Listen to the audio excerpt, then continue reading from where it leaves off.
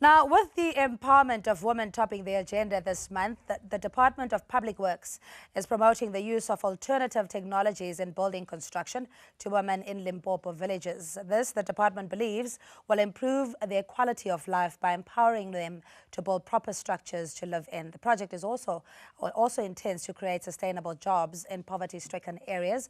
To give us more on the project, we're joined by the Deputy Minister of Public Works, Henrietta Bogopane Zulu, and you at home can give us a call on 011-537-933-9345 if you'd like to participate in the discussion. Deputy Minister, thank you indeed for your time. Let's just look, I think it's endemic with a lot of rural areas or peri-urban areas that the lack or despair of service or opportunities are kind of similar. I mean, the Limpopo villages that we're talking about probably do not differ too much from the ones in Mpumalanga, for instance. But what are your unique needs in those particular areas? I think they do, Cindy. Rural development, rural areas are different.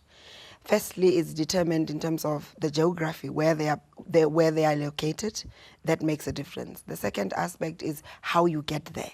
And in this case, we're going down to the Vembe district, the Mutale municipality, where there's a village called Gumbani, which is a village in the mountains up north. Quite a distance, quite a mission to get there. And you have the provinces differ in terms of progress that has been done. So this one, it's real rural. It doesn't get any rural than Gombani village, in my view. Yeah. So getting there, it's like a mission. Okay, so you would obviously have issues around access to water, access to any kind of services. Road infrastructure would be a problem. Guaranteed. Yeah. You don't even ask questions. I mean, if you are going to travel 2 hours and 30 minutes on a gravel road, that's not also so good to reach people. You can already make it out. Basic services, your school, your clinic, your sanitation, it's non-existent. Infrastructure is practically zero, except the normal rural mud structures that you know. Also, those mud structures are not necessarily of very good quality either. But because it's such a sparsely populated area and just the sheer access to it, as you mentioned, because of how far it is and the fact that there aren't any proper roads to get there, makes it even more difficult for services to get there. So which one of the two priorities will you start with? Do you build roads first? Do you build houses first? Do you supply water and electricity first?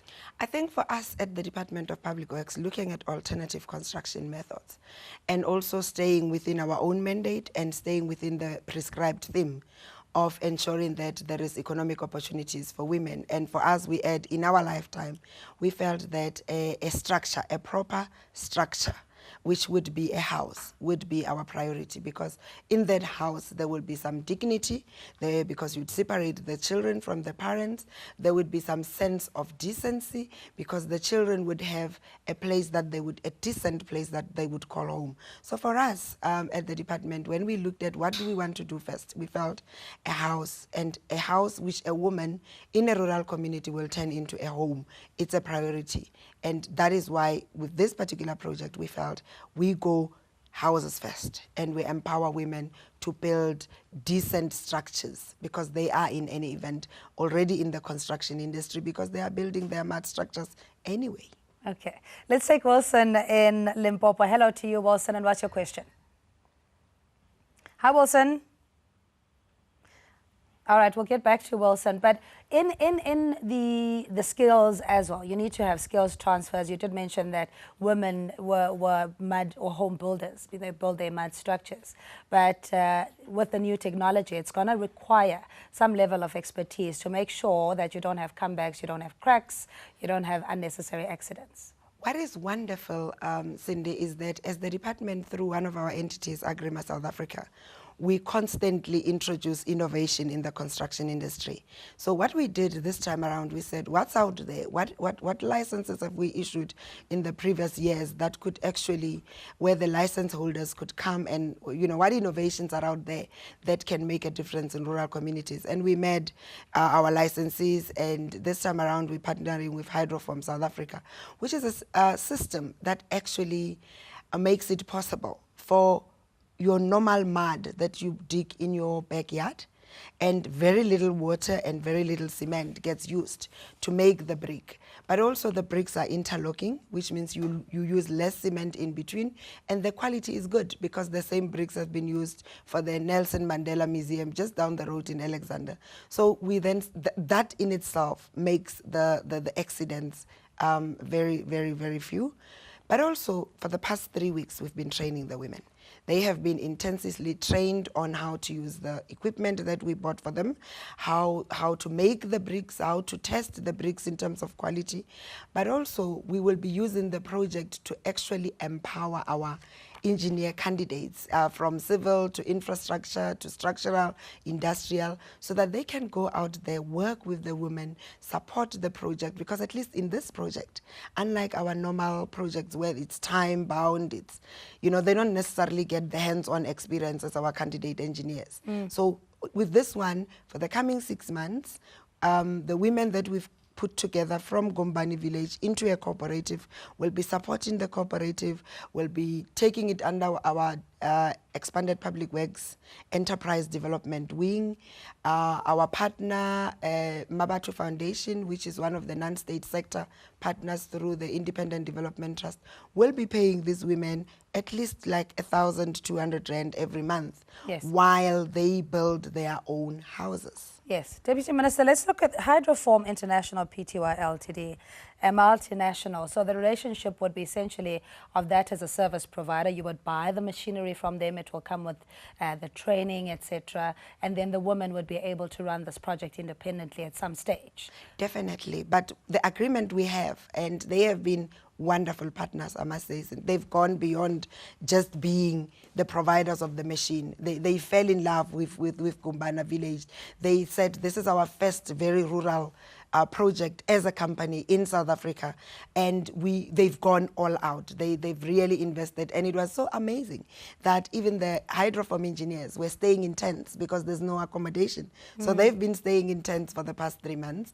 They've been training the women. They've donated clothes. They've donated so much to that community. So we did not only buy the machine. What we actually did, we made Hydroform also a responsible citizen. So we know that there is a project that they're going to be passionate about, that they're going to be doing their CSI with us. So it's beyond just buying the machine. Yes. And we're looking at them being our partner in another 8 provinces. Okay, and what is their BE credentials? They do have BE credentials. I think at the moment, because it's a PTY Ltd, I think it's 2080. Okay, so there's equity there. Definitely. For the same communities, or is it different organizations? No, as a company, they are only starting now to actually begin to a program that's called share options, or yes, share options. Yeah. What they would be doing is working in partnership with and following like your empowerment schemes. Okay. They will be empowering communities so that the communities can actually buy shares from the company and actually have some ownership. So as they spread out, as because they are actually starting to enter this market differently with this particular project. Okay. All right, so you have, I know you're quite busy with Women's Month, etc. A couple of events that you're doing, and there's one in particular. This project is a pilot project in Limpopo, as you mentioned. It will spread out to the rest of the country. But tell us about today's event. Well, this particular event, which is the same event we're talking about, will be happening this weekend. It starts today. It ends on Monday.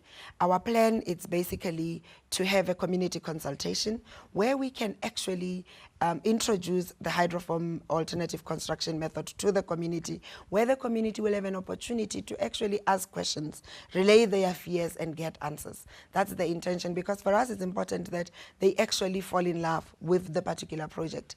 Once we've done that, we'll be joined by, as I said, the Mabatu Foundation, will be joined by the South African Women in Construction, which is one of our entities as the Department of Public Works, where we allow women in construction across the country to subscribe to this umbrella body. So we called them, and then they are bringing, and will be, once we're done with the community consultation, Cindy, it's hands on deck. We go in there, and all of us are going to build 2 houses. So we're going to build a house a day. So all the women will be rolling up our sleeves, and we're going to make sure that together with the community, we are going to construct one house on Saturday, which is tomorrow, hand it over, and another house on Sunday and hand it over. So quick turnaround indeed. How much is the pilot project so far?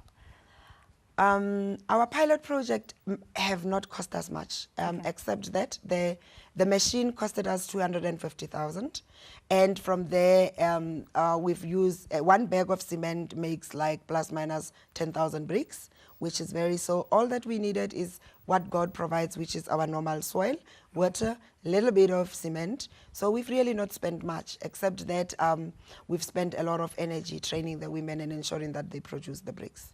Deputy Minister, indeed, we appreciate your time and all the success in all the projects that you embarked on. Thank you so much. Thank you so much, Lynn, for having us this morning. We're speaking to the Deputy Minister of Public Works, Minister Henrietta Bogopane Zulu, talking about a project that will be unveiled today, starting off in the Limpopo region to empower women in construction. For now, though, we take a quick head break. We'll see you shortly.